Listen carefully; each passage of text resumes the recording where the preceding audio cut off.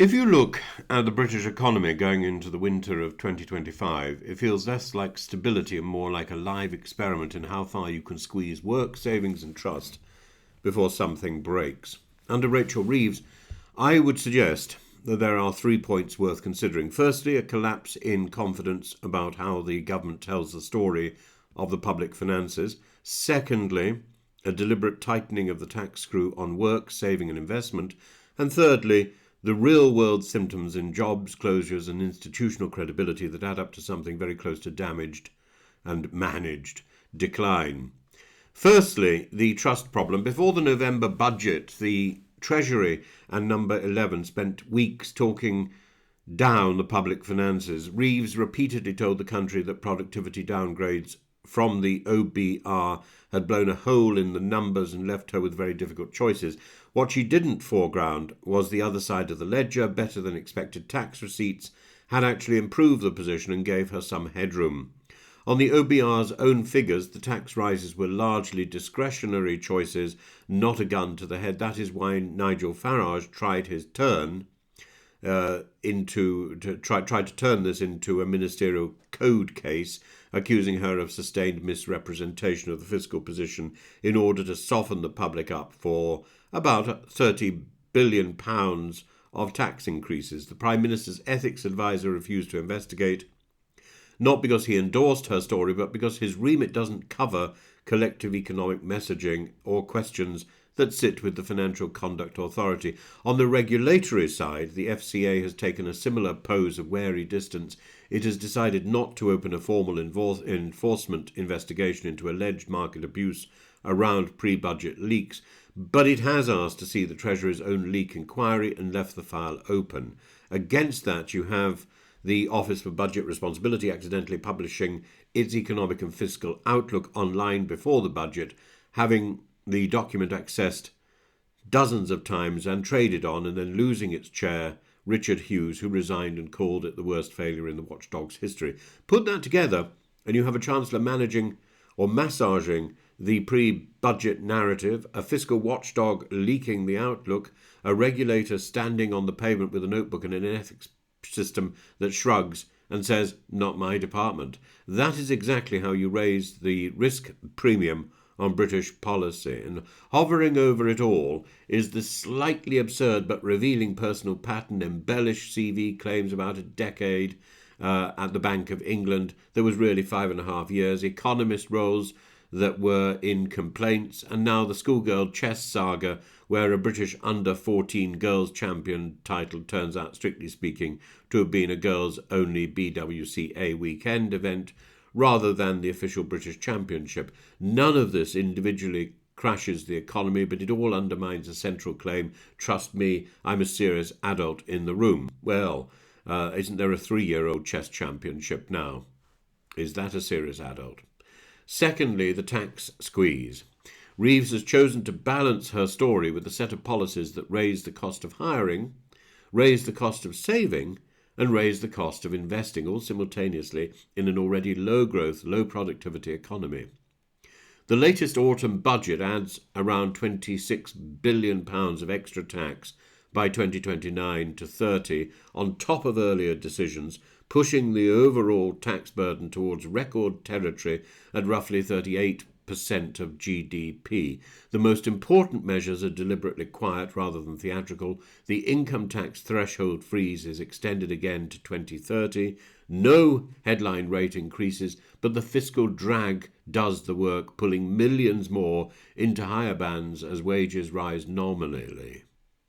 And it is stealth taxation on an historic scale.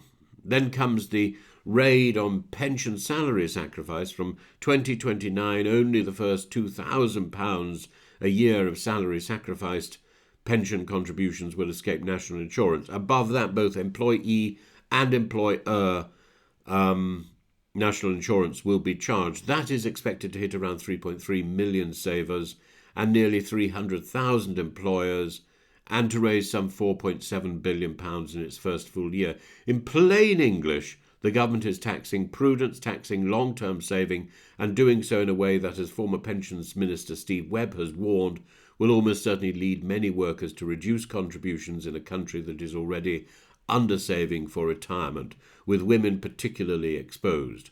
Around this, it further rises in tax on dividends, property, and savings income in the later years of the forecast, 2 percentage points more on the main rates. The cumulative effect is clear. If you work, if you build a business, if you put money into a pension, or if you invest for income, the state wants a bigger slice of all that. Her defenders say this is grim necessity. The numbers suggest it's also a choice to buy political room for other promises by pushing Britain further into high tax, low dynamism territory. Third, look at what's happening in the real economy and in the institutions that are supposed to hold this system together. Pay-as-you-earn data showed around 180,000 fewer payroll employees in October 2025 than a year earlier, and a fall of 32,000 in that single month, with earlier figures revised sharply down as more information has arrived. For the first time since the pandemic, we have seen a sustained retreat in payrolled jobs. Business surveys tell the same story from the other end. Firms report cutting staff at the fastest pace since COVID and planning further reductions over the coming year. When asked why, they cite higher payroll costs from Reeves's early national insurance changes, anxiety about the incoming Employment Rights Bill, with its removal of the cap on unfair dismissal awards, and the chilling effect of the November budget itself. If you are running a marginal shop or a small manufacturer and you are told that compensation for a disgruntled ex-employee could now be effectively unlimited while your tax and regulatory burden is rising, the rational response is to freeze hiring, not to expand. The sectoral picture fits the caricature of Labour that Labour has always denied. Employment is rising in public administration and defence, while wholesale, retail and construction are shedding tens of thousands of jobs, and chains on the high street are closing outlets in 3 figures. More civil servants, fewer shop workers, more compliance teams, fewer builders.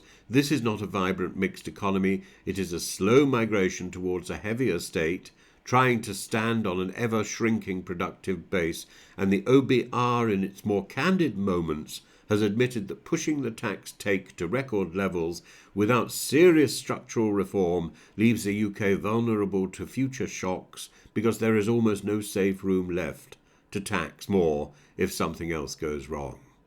So when people talk about the collapse of the economy under Rachel Reeves, it is not some hysterical slogan about a single budget. It is a shorthand for the tricolon of failure. Firstly, a political operation that is relaxed about shaping the narrative and careless about precision in a context where credibility is everything. Second, a set of deliberate tax choices that hit work, saving and investment simultaneously. And thirdly, a pattern of job losses, business retrenchment, and institutional mishaps that confirm the damage in practice. We thought we were getting a chancellor who played chess 3 moves ahead. What we have at the moment looks more like the blitz chess with a tax system and the labour market burning through material at a rate the country cannot afford.